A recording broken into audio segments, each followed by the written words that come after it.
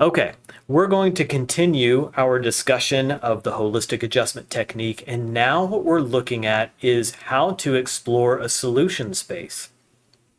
Like I had mentioned last time, it gets really hard to visualize when we start to get to more than three variables. And so I wanted to show you what it might look like to explore a particular solution space that I have defined.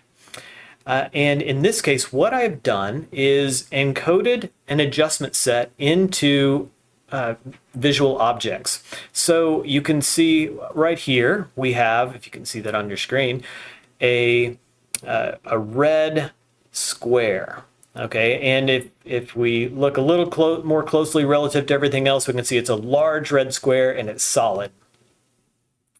So, and you can see that right here, if we look at this one, well, this is a small orange triangle, and it's very light.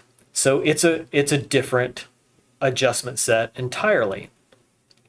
Now, there's no organization here. These just exist as possibilities. So what I have defined here are four variables: color, size, shape, and opacity. And I also have three possibilities for each one. Color's always easy to see. Your eyes can naturally take that in really easily. So you can see that the three possibilities for color are red, orange, and yellow. And so each one has a similar scale. We have small, medium, large. We have triangles, circles, and squares. And then we have solid, medium, and very light opacity. So that allows us to kind of have a visual for a solution space. So there are 81 objects on the screen, and that's because there are 81 possibilities in this solution space. So 3 to the fourth power is 81. So we've got three possibilities for each of our four variables. So now we need to actually organize this solution space. So let's add an x-axis here of standard deviation. So our organizing principle is dispersion. Why? Well, what we're trying to do is to explain. We're trying to make a coherent explanation for price change in our comparables. Not change, but differential. So why did comp 1 sell for this price? Comp 3 sell for this price? What are the differences between them? These are the kind of things that we're trying to explain. So for this particular example, I don't remember how many comparables there were, because this is sort of modified from a real data set. And what we've done here is we've taken each one of those 81 adjustment sets and we've applied them to our comps. And we're not looking at value yet. We're just looking at dispersion, because dispersion can tell us which are more coherent explanations than others. So now we have them on a scale. So we can immediately make a few observations, again, because color is so easy to see. Whatever's encoded as the red adjustment factor on the color variable, we can see that that's a less coherent explanation than the yellow. So because yellow is lower standard deviation, those are encoded into a better explanation for price differential. And so that's really, really helpful, because now when we add a y-axis of value, we can begin to see where value is and where value isn't. Again, that is how now we're exploring this solution space. We're using standard deviation to help us explore, and now we can begin to see where is value? Where is the most probable sales price for our subject property? Well, it has to be in the realm where the most coherent explanations are. So what is the most coherent explanation?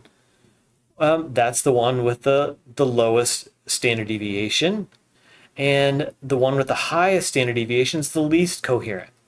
So what we can begin to see here is that, well, there's a region, if I look at sort of the higher prices on this scale that we can see, something higher than 1.3 million, well, market value isn't there.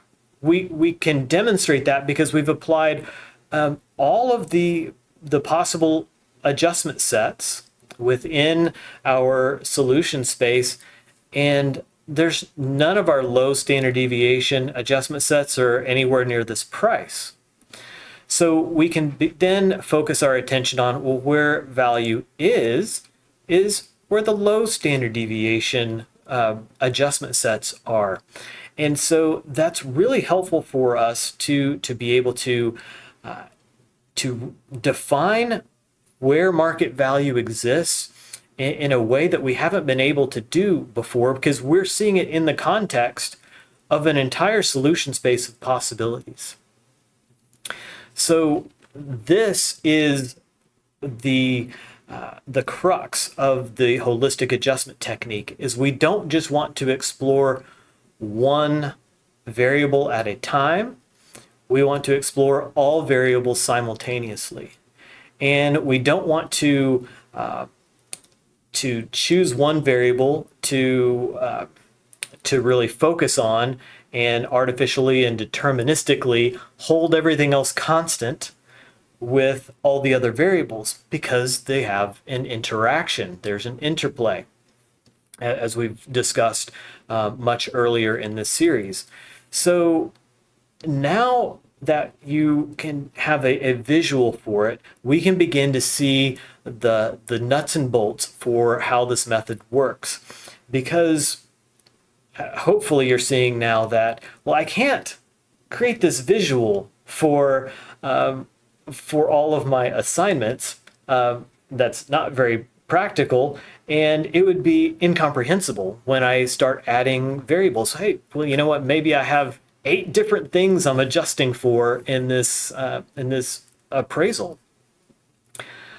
Yeah, good luck encoding all of your adjustments into 8 different visual possibilities and then being able to see it.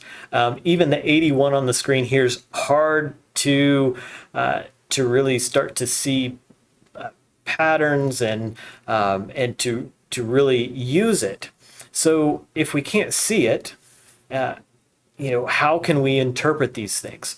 And then we also need to talk about other things like, well, if I have these 8 possible adjustment factors, well, my possible solutions are going to explode because we have this exponential growth in possibilities. So our solution space, the more variables we have, is going to get bigger and bigger. So how do we really explore a solution space that is just, it's not really possible to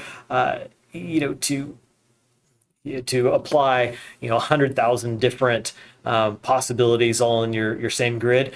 Everybody's probably looking this like, 81, you want me to redo my grid 81 times to find this? No, that's not what I want you to do, because there is there's a way of essentially sampling the solution space, and we're going to talk about how to do that, and the more specifics for, if I don't have a visual, how can I see really the patterns where my best possibilities lie? How can I really practically evaluate all of my possible adjustment sets? And that is where we're going to start to look at the internals of the method as I've got it built right now. And so for now, just I want you to know what we're adding in terms of our discussion is we've defined a solution space, we've constrained that solution space, and we have explored that solution space through dispersion. And that's going to have a lot of implications, which we're going to begin to look at, which are going to create possibilities for how we determine accuracy, how we define what what it means to support an adjustment, and how we develop our appraisals and how we report them. And so we're going to begin to enter that realm in the future. Thank you.